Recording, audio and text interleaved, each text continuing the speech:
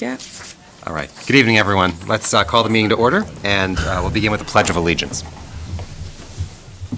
I pledge allegiance to the flag of the United States of America and to the republic for which it stands, one nation, under God, indivisible, with liberty and justice for all. begin, as we usually do, with public audience. Anybody has the opportunity to speak for 5 minutes, and if anyone needs more time, I'm always willing to meet after the meeting or any other time. Yes, exactly.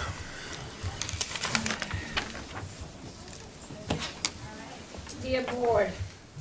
I apologize. Could you just begin with your name and your address? Just a second after I finish this part. First of all, I wanted to say, dear Board of Selectmen, I might be a little bit longer, but hopefully not. I believe it's timed to exactly 5 minutes. My speech is entitled Ethics, Cronyism, and Maria Capriola. I'm Maria Ecke of 8 Glenbrook Drive, West Simsbury, Connecticut, 06092. I've lived in Simsbury for 35 years or more. The articles in the Hartford Courant, this one and this one, a disturbing use of power, and the article in the Valley Press dated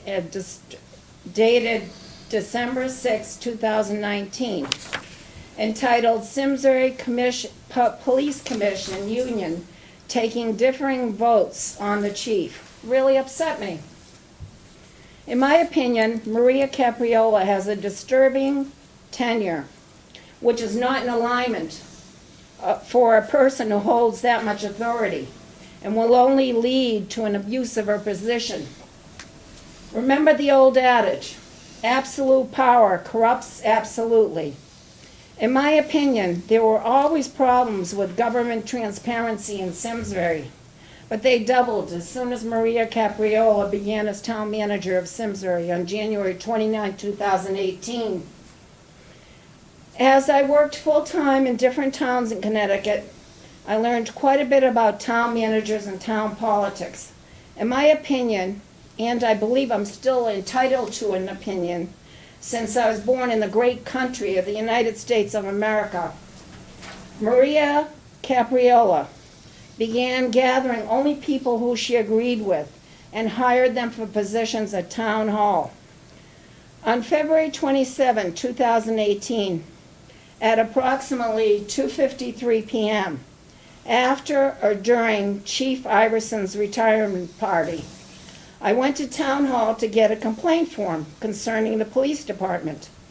Joanne Martin, Administrative Secretary to Maria Capriola, was out to lunch. I complained that the town did not need to hire a human resources person to be the same as other towns in 2010 at a town meeting. I waited patiently for Joanne to return from lunch. As soon as Joanne returned, I asked her to call the police department downstairs and get a complaint form for me.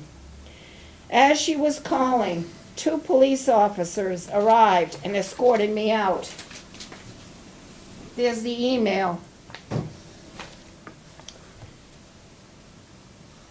Later, I found out from Maria Capriola and Chief Bolter that Eric Gnomes, who I had not seen at all on February 27, 2018, had called the police on me.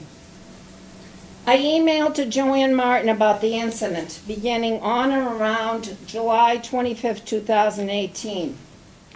Joanne Martin either left or was fired on or about July or August of 2018. Joanne Martin was kind, listened to the public, tried to help the people of Simsbury, and was an excellent assistant.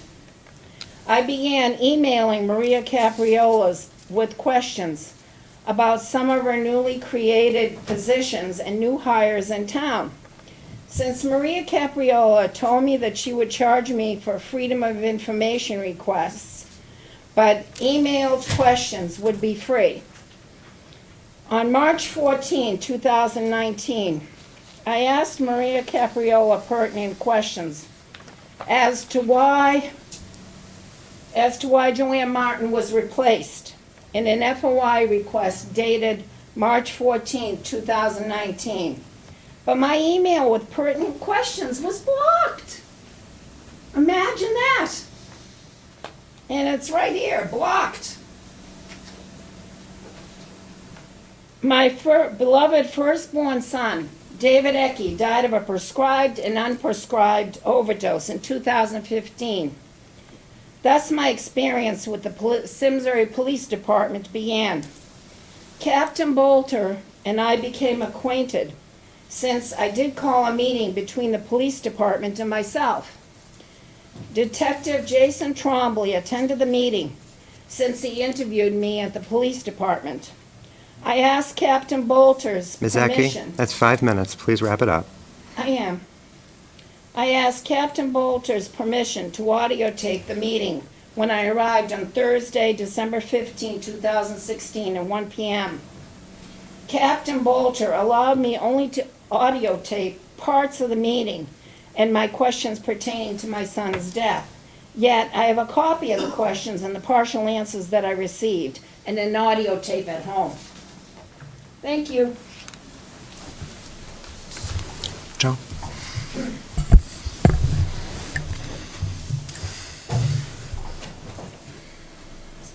Joan Coe, 26 Whitcomb Drive. On Sunday, December 8, 2019, the Hartford Courant published an article with the heading, "A Disturbing Abuse of Power. Fired Simsbury Town Employee Says Officials Tried to Fake Reasons for Termination." The town charter assigns the power to the Board of Selectmen to remove the town manager. First Selectman Eric Wellman, Deputy Selectman Sean Askham, Chris Peterson, and Mike Payne has received all the documents from all parties involved in the removal of a town employee, along with alleged unethical conduct of town manager Maria Caprioli, asking her supervisor for a change in job performance review. This alleged behavior should be grounds for immediate removal. According to town records, town manager Maria Capriola paid Janelle Mullen, past zoning official, for time allegedly not worked. Janelle's last day was September 6, 2019. She quit without notice. The town paid Janelle's salary of $1,518.63 when she didn't work. 9/6 was for week August 26 to 30. She worked 1 day. 9/13 was for week 1/7 to 1/7. She already quit. 9/20 was for week September 8th, 15th. She already quit. Did the Board of Selectmen investigate these alleged discrepancies? Why did she get paid for work not done?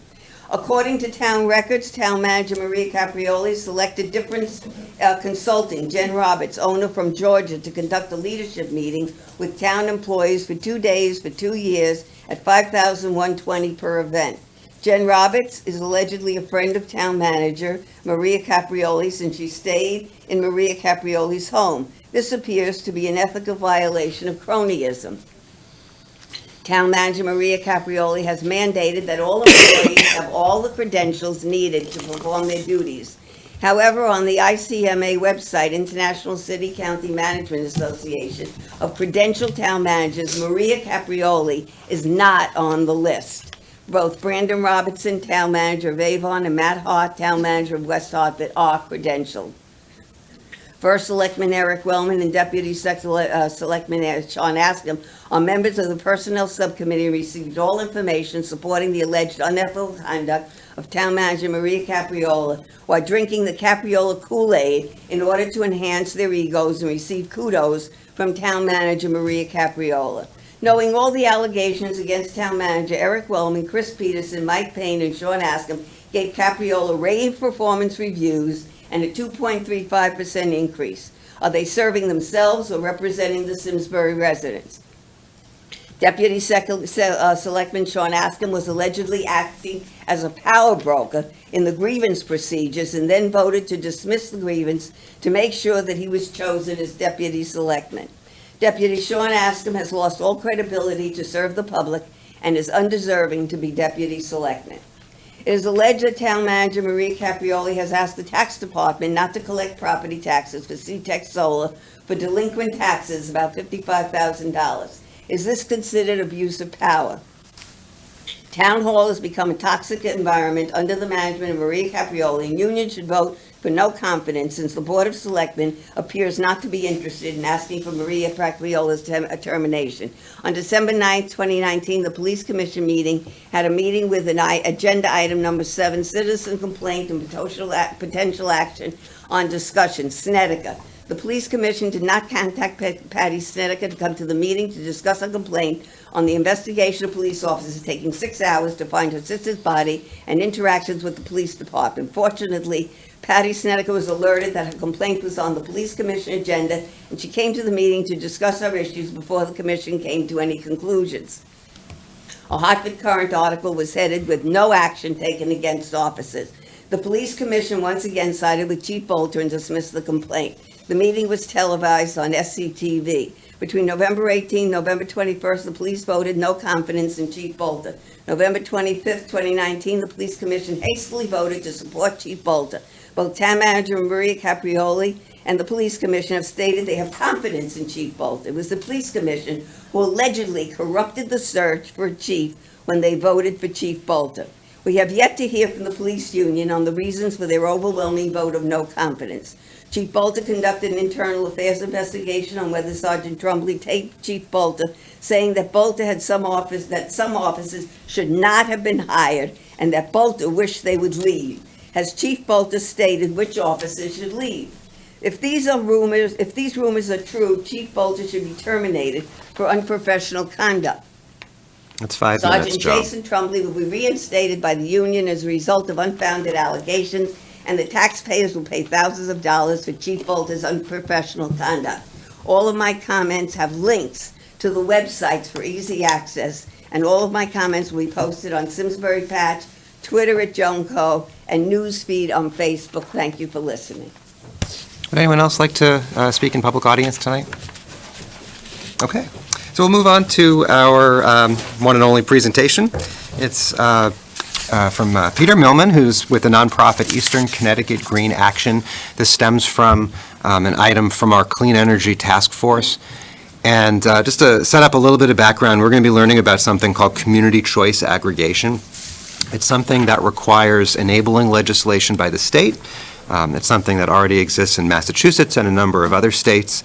And I think the thing as we're listening to the presentation for this board to consider is if we wanted to adopt a resolution encouraging state lawmakers to adopt enabling legislation. And I would probably suggest tonight just to have a conversation, see if we're directionally supportive, and if so, then draw up the resolution to make it specific to Simsbury. So let me turn it over to Mr. Millman. Thank you. So I come from Mansfield, Connecticut, help to run Eastern Connecticut Green Action, but for the community choice aggregation work that I'm doing, I'm working out of PACE, People's Actions for Clean Energy, working with Mark Scully and Bernie Pelletier. And I'm very grateful to Mark and the Clean Energy Task Force for endorsing this resolution about about community choice aggregation. So what the heck is community choice aggregation?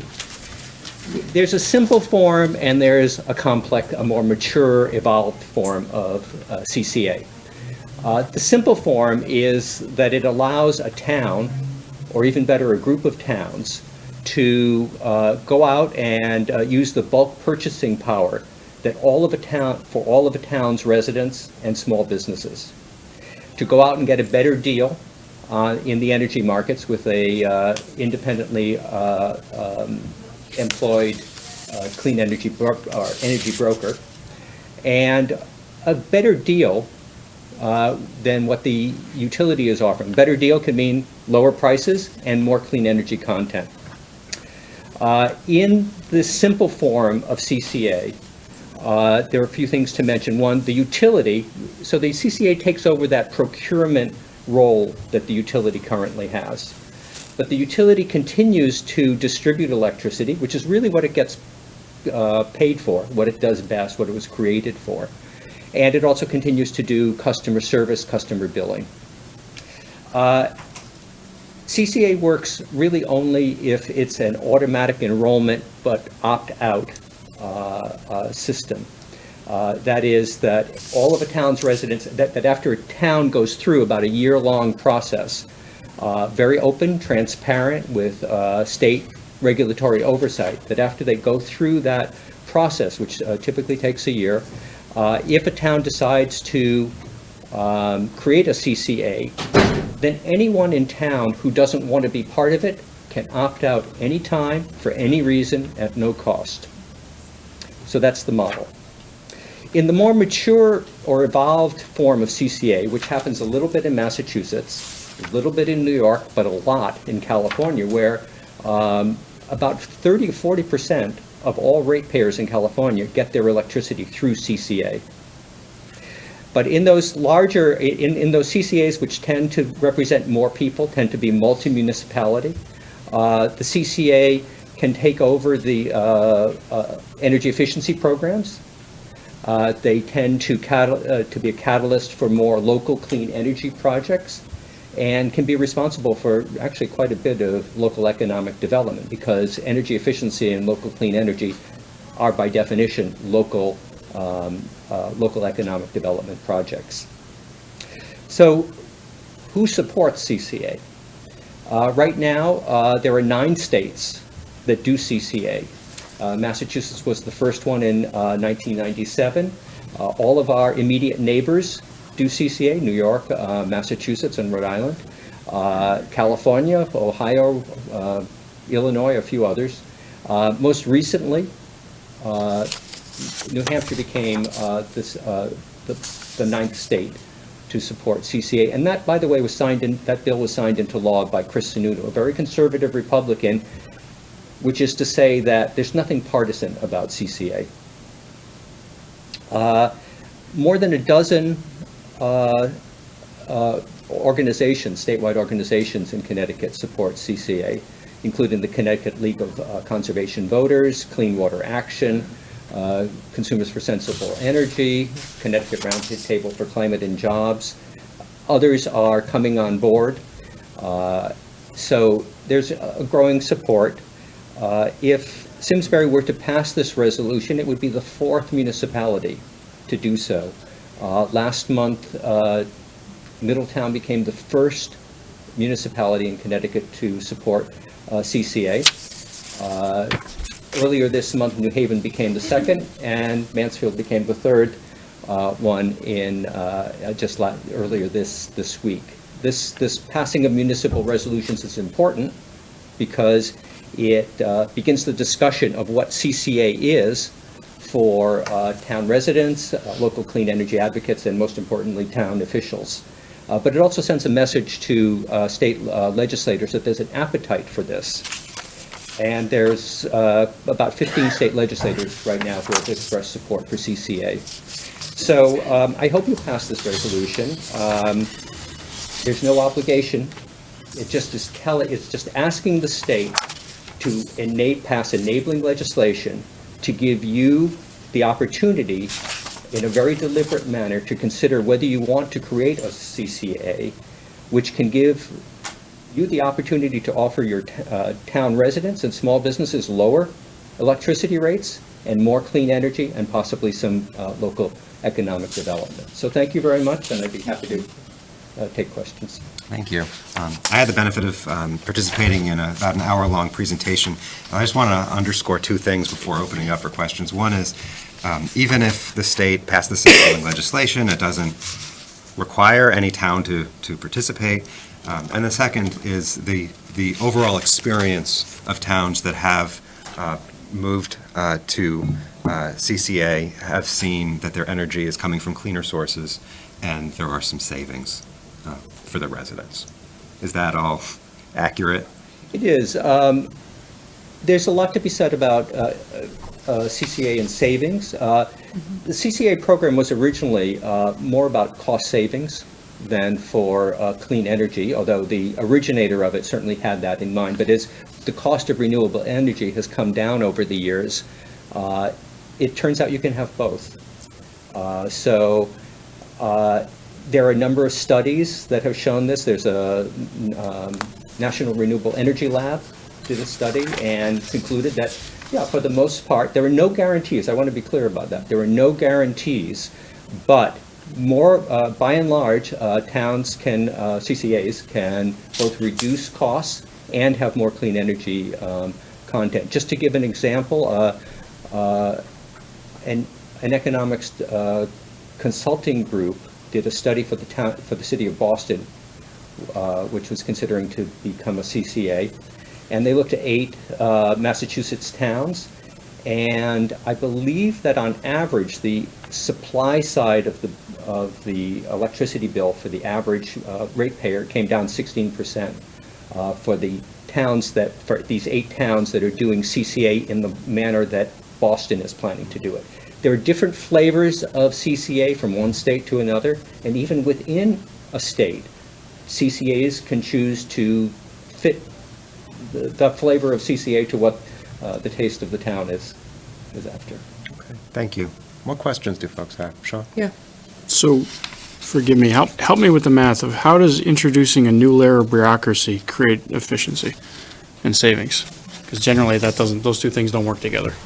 Well, it doesn't have to be a new layer of bureaucracy. So, again, there are different ways of doing this, but first of all, in Massachusetts, for the most part, the way a CCA is run is that that they hire an energy broker, takes a staff person's part-time, very little money, to interact with that energy broker. Now, this is after going through that year-long or so process of deciding, does the town want to create a CCA, Okay. either alone or with others? So it's like any other consultant that the town hires, and then it's that consultant that is doing the work and gets paid out of the revenue stream, which, by the way, is exactly how the utility now gets paid. In other words, Eversource doesn't go out and procure energy for nothing. We're all paying a small charge for that out of our electric bills, and the same thing would happen. Right, because they're the distributor, not the supplier, because right? Right now, so the default supplier of electricity, the default procurer of electricity is usually the utility. Now, we have that third-party system. They're not the generator, I'm sorry. Yeah, they're not the generator. Eversource doesn't create the power. So each of us already have the opportunity to choose a third-party supplier, but that is not working very well. Right, because we're all on our own. We're on our own, and the electricity companies know what they're doing, the suppliers know what they're doing, we don't. Right. So practically, we hire somebody, and simplify this for me, that procures power on behalf of everybody in the town of Simsbury if we entered into this? Correct, yeah. So, I mean, are there guarantees, pluses and minuses, who eats the under, who eats the over, how does that all work? So we buy, forgive me, 50 megawatts of power or whatever for the year, and we only use 45. Who pays the difference? I don't believe that there is a guarantee that the town guarantees that they're going to buy a certain amount. Okay.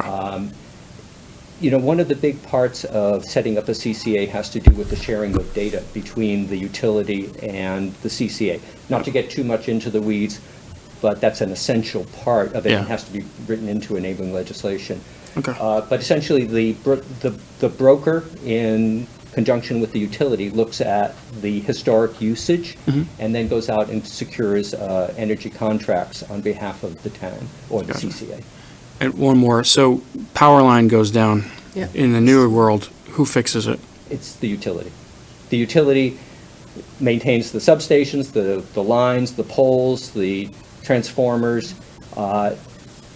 They do what they get paid for, which is to distribute electricity, not really to generate electricity. And they're still the customer service people for And they're still the customer service people. So on your presentation, it says CCA purchases power, maintains, IOU maintains transmission lines. Exactly. IOU is the utility, Yeah. investor-owned utility? Yeah. Okay. IOU, okay. So it's only in the top end. But as a town, we would go through the broker. Yes, yeah. Now, those of us who are, those few of us who are CCA fanatics or fans, would like to see CCAs become multi-municipalities. So probably the model that I have in mind is the Cape Light Compact in Massachusetts, which is 21 towns serving over 200,000 people.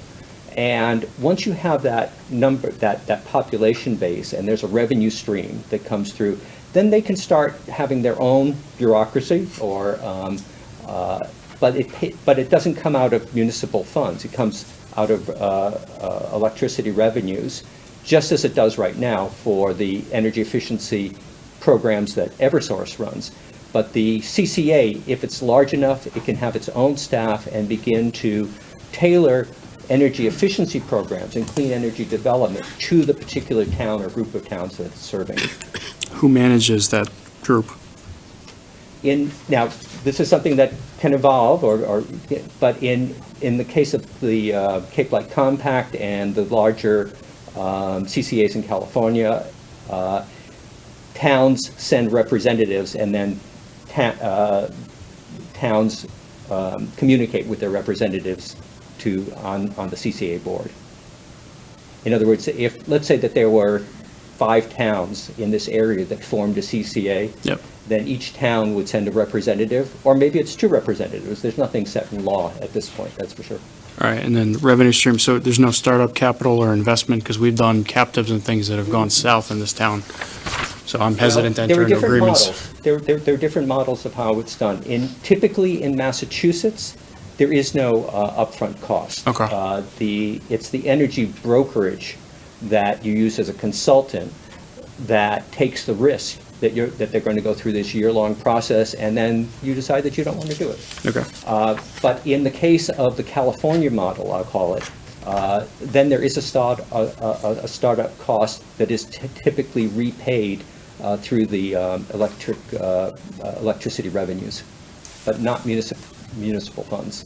But are we not going to see savings because we're a smaller entity, we're a smaller town than like the 4 that you listed in Connecticut, or because we're not up to where Massachusetts is yet, that kind of thing? Actually, you would see savings because it turns out that it doesn't take all that many accounts within a town to begin to get bulk rates. Probably you wouldn't get the same savings as if you had 200,000 people. Right. Mm-hmm. But it's not, energy markets are complex, and I only have scratched the surface myself. But it's not principally because of large numbers, it's because of the nimbleness of the electricity, the energy brokers that allows them. They have a lot more flexibility in time in going in and making contracts, purchasing electricity on your behalf. In a sense, what they're doing is, I don't know for sure, of course, but I bet that the town of Simsbury buys its electricity through an electricity broker for municipal accounts. Let's put it this way, Mansfield does, lots of towns do. The Connecticut Conference on Municipalities has a person on staff, his name is Andy Marola, and his job is to help towns get a better deal on electricity than the utilities can offer. And essentially, what that energy broker is doing, what we would be doing for the CCA is exactly what it does for the town. Takes that bulk purchasing and goes out on the market and does a better job of signing contracts than what a big utility can do. Because of our proximity or lack thereof to power sources, does it work the same way as the West Coast? I mean, the closest hydro's up in Canada, right? I mean, Right. They're years and years away from the wind farm out on the Sound. We rely heavily upon the gas-fired plants, right? I mean, The thing is that Connecticut and Simsbury, we're all part of ISO New England, Independent System Operator New England. So we get most of our electricity from the New England states. Some of it comes in through New York, and some of it will come hopefully soon from the wind farms off the coast of New England. So that's where the electricity will come from in the simple model. It'll come from the same places. The higher renewable energy content comes mostly through renewable energy credits, or certificates, RECs. And we don't want to open that can of worms right now, but I'll just say that there are different, one of the things that can change from one CCA to another is the quality of RECs that you want to have, the proportion of renewable energy content that you want to have. So Newton, Massachusetts signed a contract last year that went into effect in March, where they went from the Massachusetts renewable portfolio standard of 14% renewable energy to 60%, and at the same time lowered the electricity bills on average for their ratepayers by $16, more than $16. Now, before I go on, I just want to say that was a pretty darn good deal. And my understanding is it's because the energy broker that went out at that time happened to hit the market at the right time. Other towns, though, we only want to go up 5% above the state renewable portfolio standard. Some say we don't want to go anywhere above. Some CCAs say we're going to give you 4 options. Exactly the same amount of renewable energy as the RPS, the renewable portfolio standard, 1% above, 5% above, 100%. And then some of them have 100% with a very low-grade renewable energy credit and some with a high-grade renewable energy credit. Okay. That's probably more than you wanted to know. No, that's interesting. And my next question on the renewable energy credit, are we the beneficiary of somebody's renewable energy credit on the north end of town? I don't think I know how to answer that question. Somebody is... Because I came from Massachusetts from the collective, right? So that solar field that power is going up to Massachusetts. Essentially, well, we get our, the pool of electricity that we in Mansfield, you in Simsbury, but people in Portland, Maine, it all comes really from the same pool of electricity, just like if you were drawing water out of a reservoir. Yep. There are different streams coming into the reservoir, but we're all pulling out of it. So that's how that works. And as far as the renewable energy credits, the town of Simsbury could purchase the renewable electricity, the renewable energy credits from here, but it doesn't really matter. As if you buy a high-grade REC, it can be from Simsbury, it can be from Maine, it can be, you just don't want to do it from Texas. That's a low-grade REC. Nothing against Texans at all. I mean, I guess, but just help me, because that power is spoken for, right? That's already sold to Massachusetts. So we're using it, but someone else is getting the credits, right? So, I mean, is this the kind of thing where we do that? I just want to understand unintended consequences. All of a sudden, somebody in Rhode Island gets a solar field where they don't want it because we do this. Deepwater Wind took the credits. Okay. Quite a deal, as I recall. So that's all tied together to this. That is what going to the development. Yeah. I'm not saying it's good or bad, I'm just, because those are impacts, whether we like that field or not, the more we do this, that can happen to farms and rural communities. Oh, sorry, Wendy. Oh, that's okay. So I assume right now you're on a push to the municipalities in the state to get resolutions, right? So you have 4 currently. I also make the assumption that the state overall has to say you can do CCAs. So we're not even there yet, correct? So we're not even at the point yet where we could have a CCA. You're just looking for states to express interest and say, we are interested in you pursuing it, but we have no commitment right now, right? That's basically exactly it. And I think I heard their Clean Energy Task Force is on board with this, correct? So that was one thing. The other thing that I questioned originally was there's a lot of people in town that are getting solar panels, right? So my first thought was, if we do a CCA, do we shut them out? But somewhere I read that you can still have your solar and get that to supplement with the CCA, and somehow it all works out and comes through Yeah, one way to delivery. think about a CCA is it takes over the function of deciding for town residents and small businesses who to buy electricity from. And you can buy it from a distant source or distant renewable energy sources. or through RECs. You can also decide to buy more of your electricity from nearby sources. That's the local renewable energy development. In California, the CCAs give actually a better deal to local solar producers, and I'm talking small residential solar producers, than most states do right now. So it's a choice that a CCA can have. You know, one way to think about this, maybe if you're concerned about bureaucracy, is maybe this isn't the best way to say it, but in a sense you can become a municipal utility, but without having to worry about taking care of the poles and the transformers and the substations. But if you choose to, you can begin to have a lot of choices, to take over a lot of choices. You know, one of the terms for community choice aggregation is community choice energy. And I like that because it kind of describes what this can be all about, a community making choices about electricity.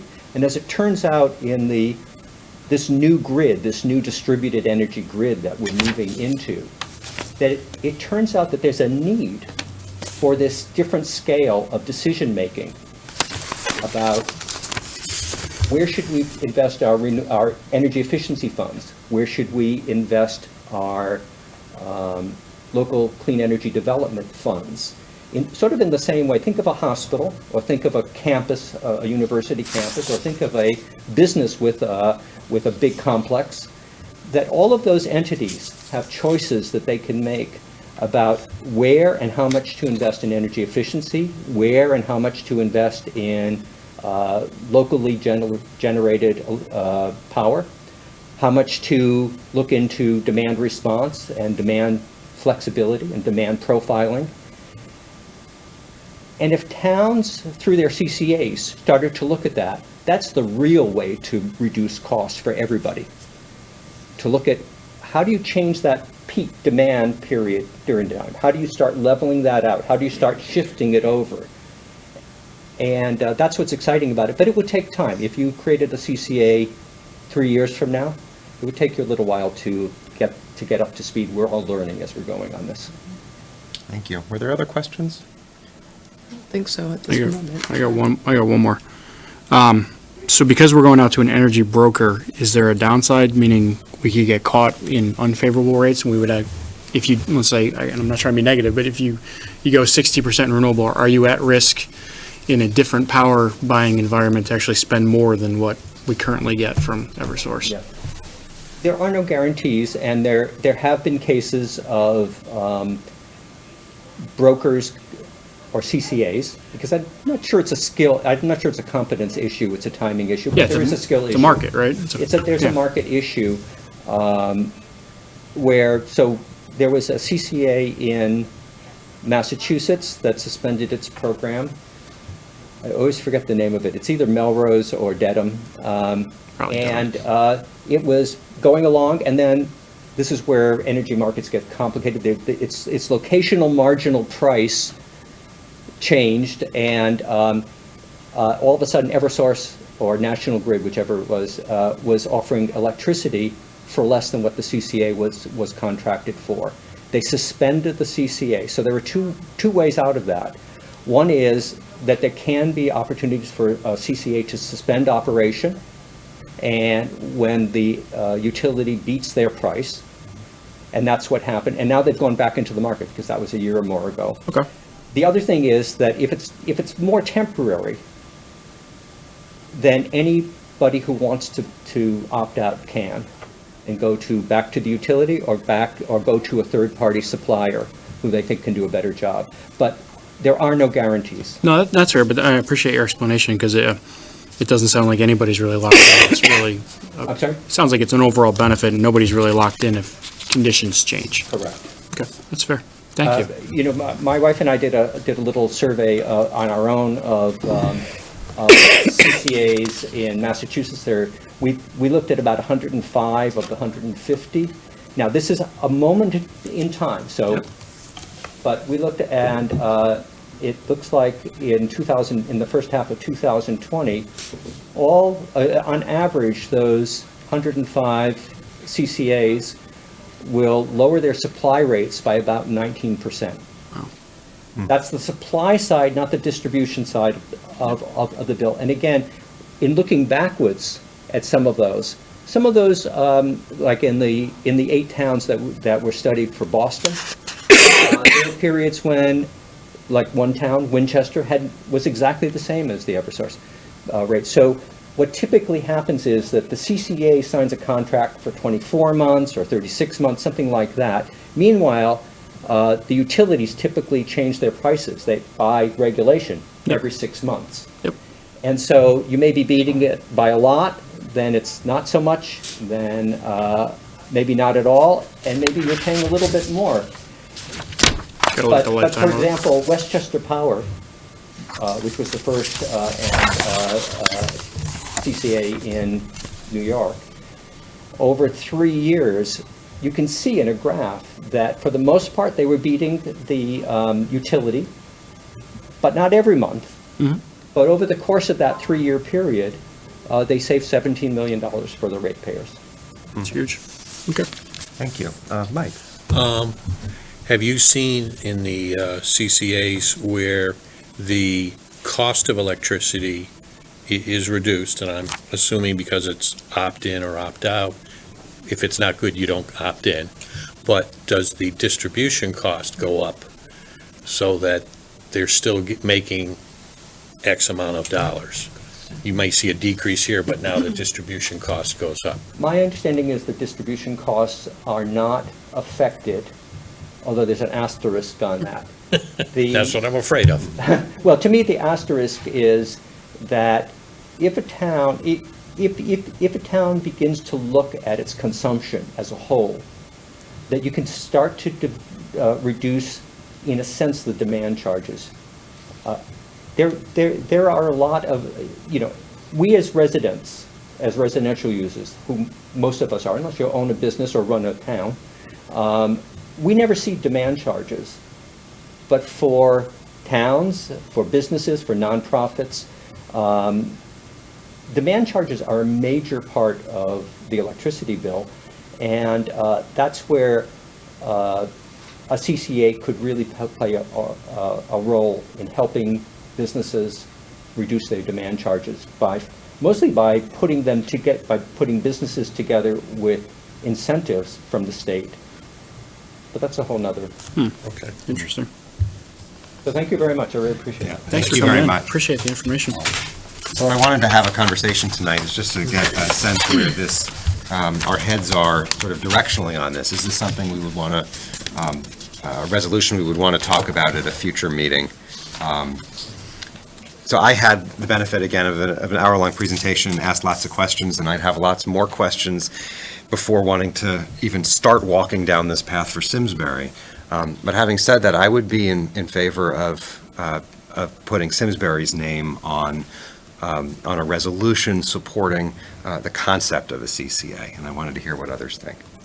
I was feeling the same way in that, that the Clean Energy Task Force is for it, and just for the fact that we're saying we're working towards a cleaner energy and sustainable Simsbury and trying to support that initiative. So by signing a resolution, we're saying we support the state exploring this as an option, and that we potentially are willing or interested in being part of it.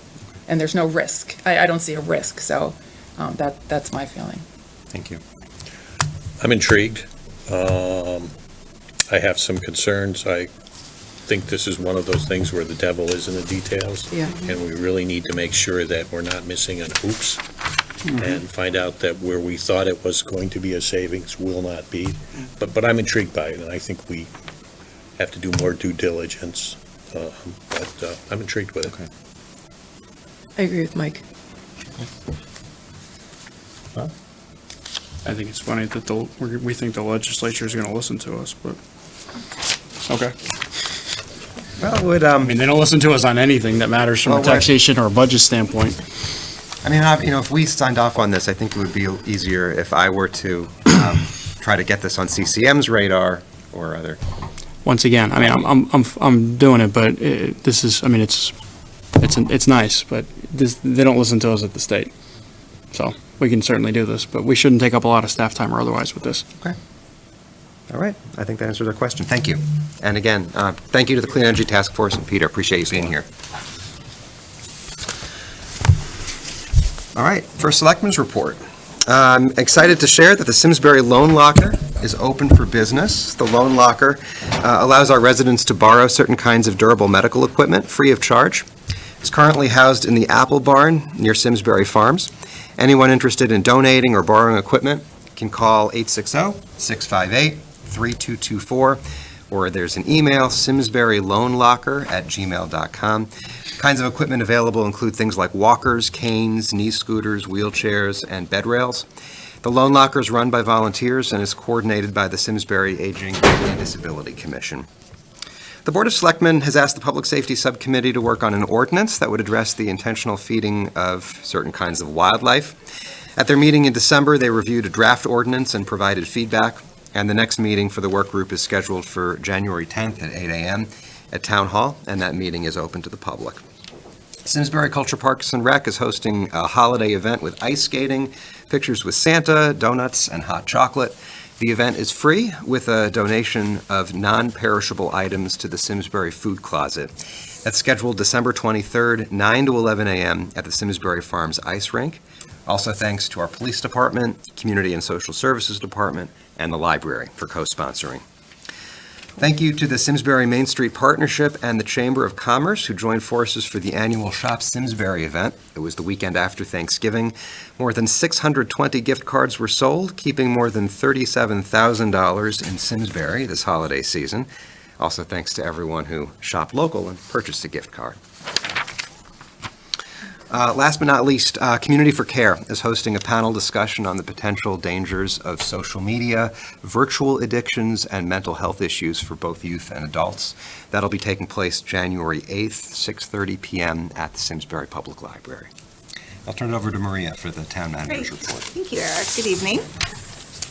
Under Board of Selectmen business, we are working to finalize either, February 29th or March 7th as our annual budget workshop date. If you could tentatively hold about 9 a.m. to 4 p.m., it's usually a full day.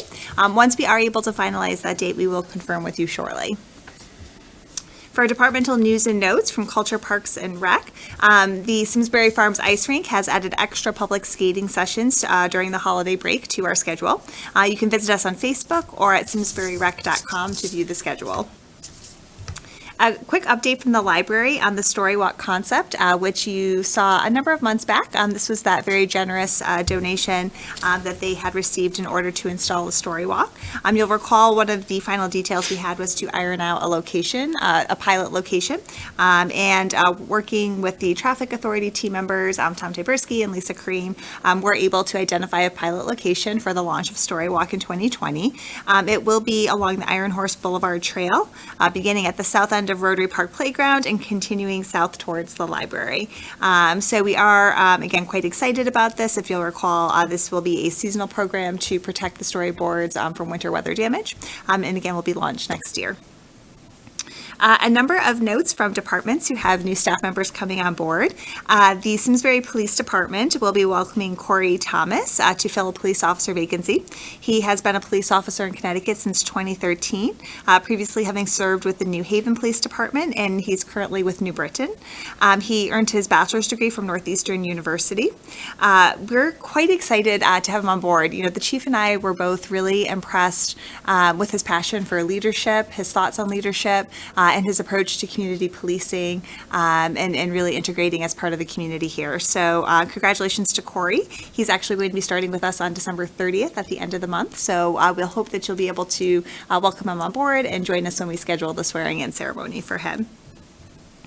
For Community and Social Services, we will be welcoming Rachel Loveland as our community social worker. She's going to be beginning work on January 2nd.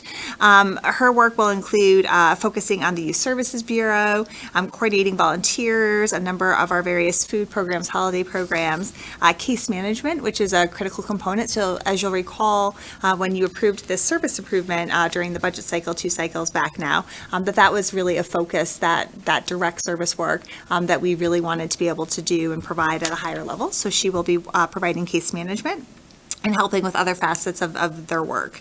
Most recently, she worked as a clinical social worker for Connecticut Children's Medical Center. Prior to that, she worked as a residential clinician, working mostly with adolescents who had mental health and substance abuse issues.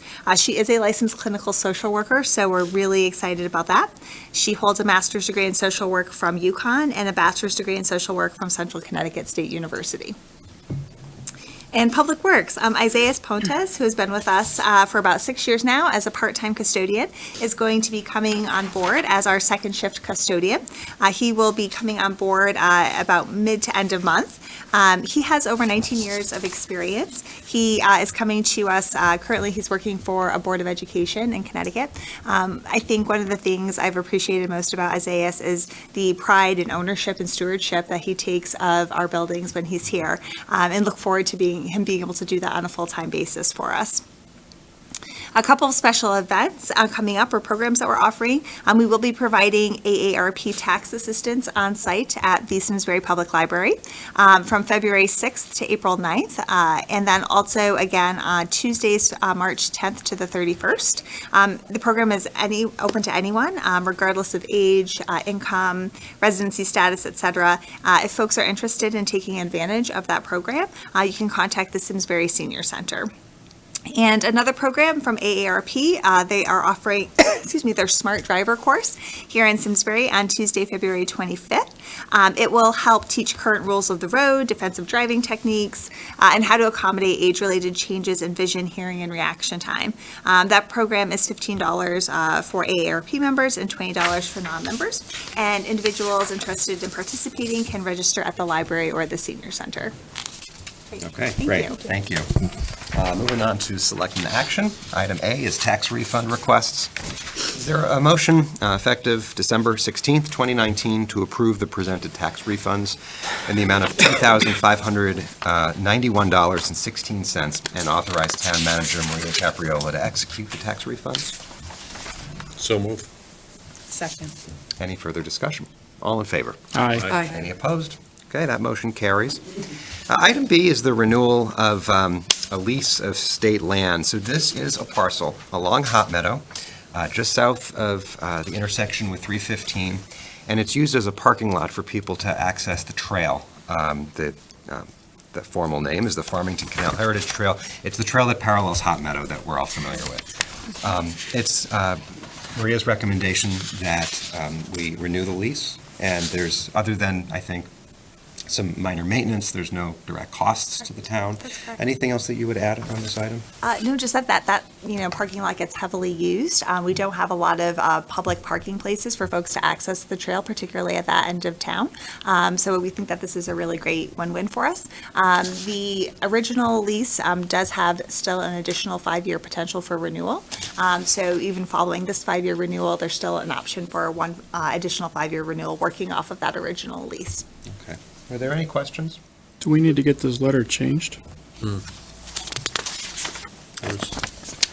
The state letter has Eric as a signatory and it needs to be Maria. So Sorry. I did let them know, thank you, I did let them know that we did have a change in form of government since the last time the lease was executed, and that future documents, if they could, kindly change signature line item to me. We have had this happen a number of times, and usually they have just accepted a handwritten notation change at the bottom. So, but yes, we did notify them of the form of government change.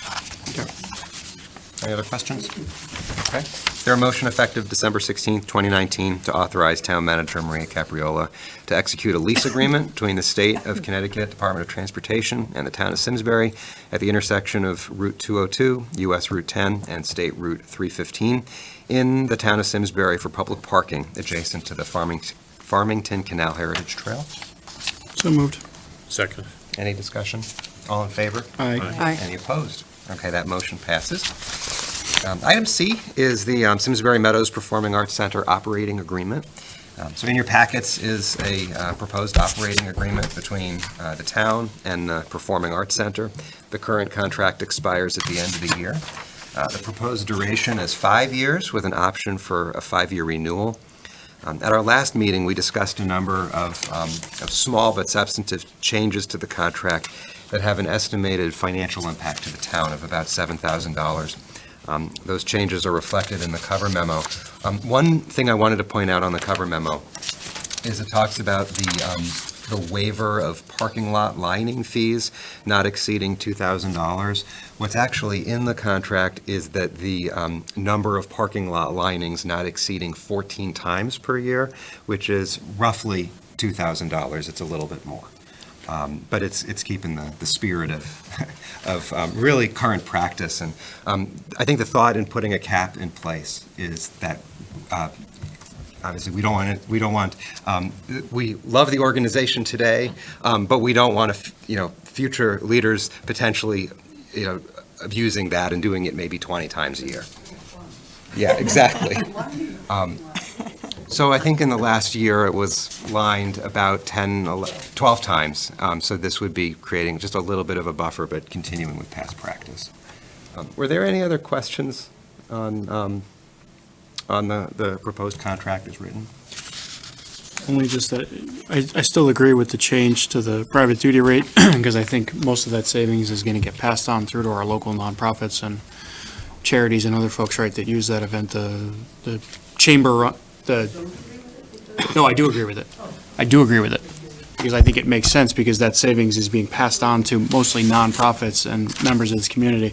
I know there is some concern from the police commission side that we are eroding the private duty fund, and we can certainly evaluate that during the budget process, but at this point, there doesn't seem to be any danger to that fund or otherwise. No, correct. The fund balance for that particular fund is in quite a healthy position. And last I checked a few weeks ago, I believe it was a little over $260,000 was the fund balance for that particular fund. In terms of some planned purchases for smaller CNR purchases, even if we were to proceed with those in budget out years, again, the fund balance is in a good position at this point. Yep. Every single one of the events that we had last summer was either a nonprofit or a fundraiser for a nonprofit. Yeah, and I appreciate that, and that makes it, to me, a really easy decision, because we're helping out other people that are trying to do nice things for either the community or for their respective charities, so I view that as a win, and I appreciate that. Thanks, Linda. Other questions? Okay. Is there a motion effective December 16th, 2019 to approve the proposed Simsbury Meadows Performing Arts Center operating agreement as presented, and authorize Town Manager Maria Capriola to execute the agreement? So moved. Second. All in favor? Aye. Aye. Any opposed? Okay, the motion carries. Thank you, Linda. Thanks, Linda. Item D is a proposed donation from the Hartford Foundation for Public Giving. Is there a motion effective December 16th, 2019 to accept a donation from the Hartford Foundation for Public Giving in the amount of $4,000 for the purposes of supporting the Simsbury Community and Social Services Department food programs? So moved. Second. Any discussion? All in favor? Aye. Any opposed? That motion carries. With our thanks. Thank you. Absolutely.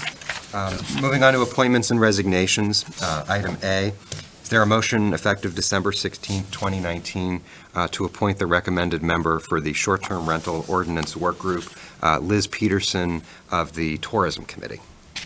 So moved. Second. Any discussion? All in favor? Aye. Any opposed? Okay, that motion carries. And item B, so we expect recommendations for appointments to temporary and special boards, committees, and commissions. They're created by Section 403 of the Town Charter to be received in January. So in the meantime, it was the recommendation of the Town Attorney that the Board of Selectmen adopt these following motions. Is there a motion retroactive to December 2nd, 2019, to recreate all temporary and special boards, committees, and commissions created by Section 403 of the Town Charter? and also to reappoint all members in office on December 2nd, 2019, of such temporary and special boards, committees, and commissions until such time as the Board of Selectmen takes action on the appointment or reappointment of members to these temporary and special boards, committees, and commissions created by Section 403 of the Town Charter. I move that. Second it. Any discussion? That's just, I mean, this is consistent with what we do every 2 years. Yeah. So, got to give folks time for the holidays to sort this stuff out. Yeah, and we would ask the town committees to get us their recommendations early in the new year. Yep. All in favor? Aye. Any opposed? All right, that motion carries. Was there any feedback on the minutes from the November 25th meeting, the regular meeting? I have a, was it at the meeting, but I have a very small change under Selectmen Liaison and Subcommittee Reports. Just it says Miss Cooks reminded everyone, just to take the S off. Oh, thank you. Yes, it's Cook, singular. Good catch, Jackie. And Sure, you'd be proud of you. That's pretty good. and the special meeting from December 5th, where we were present. Was there any feedback on those minutes? There are multiple cooks on that one. Okay. So with singular Cook, these minutes stand as presented. Thank you. Are there any Selectmen Liaison or Subcommittee reports? Public safety, we do have a meeting Thursday? Thursday. Thursday. We have a meeting Thursday. It should be an interesting one. We are going to talk about some traffic issues at getting the conversation started. We've been discussing this at the board level a number of times individually and with town manager in terms of safety on Route 10. While we all know it's not our road, I think town staff has done a really excellent job over the years of advocating with the state for different lights and crossings, and we do have additional crossing lights being updated on the south end, but it's important, I think, that we put that on this public safety agenda to make sure that we're looking at all ideas and is there more advocacy weight. And again, while I did poke a little bit fun at signing a note to the legislature, it never hurts for us to advocate even to state agencies or boards if we can, especially when it comes to folks getting hurt right out in front of town hall. We have had plans to reconfigure that intersection. It's always more challenging than it seems when we approve that stuff, but it's important that we continue to look at that. And folks should come out in January and give us feedback. Please, there'll be more opportunities on the wildlife feeding ordinance. We are focused on actions that will change behavior. Fortunately or unfortunately, that comes with hefty fines. It comes with intentional enforcement. I'm not trying to be intrusive, but if we're going to change behavior in the name of safety for this community, then there's got to be some teeth to it. So January 10th is your first crack at it, but there'll be plenty of opportunity at this board as well. Thank you. I have a report on Board of Ed. Yes. I attended my first meeting last week. They had a change in leadership. So Susan Selena is now the chair, Todd Burrick is the vice chair, and Jennifer Batchelor is secretary. The other thing that they just brought up that was, to me, notable is the whole facilities and enrollment task force, that they're doing a bigger push out to all the different areas in town to get more people involved, to know what's going on. They do believe that people should have known what was going on, but they realize that there's a lot of pockets of people that need to be involved in looking at this. And then just mentioning that they did go over the budget a little bit, and they did admit that it's going to be a tough budget year based on what we got from the finance and the 3 board meeting. Thank you. Anybody else? Okay. Anything under communication anyone wanted to bring up? Maria. Yeah, great, thank you. So I did ask staff to run an analysis based on the proposed changes that the fire district was recommending. So once we have that finalized, I'll bring that information back to this board. If ultimately you wanted to reopen the ordinance to include those recommended amendments from the fire district, it just would require our ordinary ordinance amendment process. But again, just wanted you to have the analysis that would show the financial impact if in fact you did want to proceed with the recommended changes. So we'll try to get that to you in the very near future. We didn't do those changes? So this is actually a change in the statute where we could actually increase the abatement for volunteer firefighters and ambulance personnel above Okay. the amounts that are currently allowable. Gotcha. I was gonna So say, they didn't were we just clean that one up? Yeah. We did, Okay. we Okay. did, and then the statute changed. Okay. Fair enough. Now I'm caught up. Sorry. Again, they're recommending that we implement the amounts that are allowable now under statute to go a little bit further than what we currently have on the books. Okay. Thank you. Welcome. So is there a motion to adjourn to executive session to discuss two items? A, a tax stabilization request from Tobacco Valley Solar, and B, a discussion of possible purchase and sale of a parcel for open space purposes. For item A, we would be joined by Town Manager Maria Capriola, Deputy Town Manager Melissa Appleby, Assessor Francine Beland, Finance Director Amy Merriweather, and Attorney Bob DiCrescenzo. For item B, Maria Capriola, Melissa Appleby, Amy Merriweather, our Town Engineer Jeff Shea, and Parks and Rec Director Tom Taberski. So moved. Second. All in favor? Aye.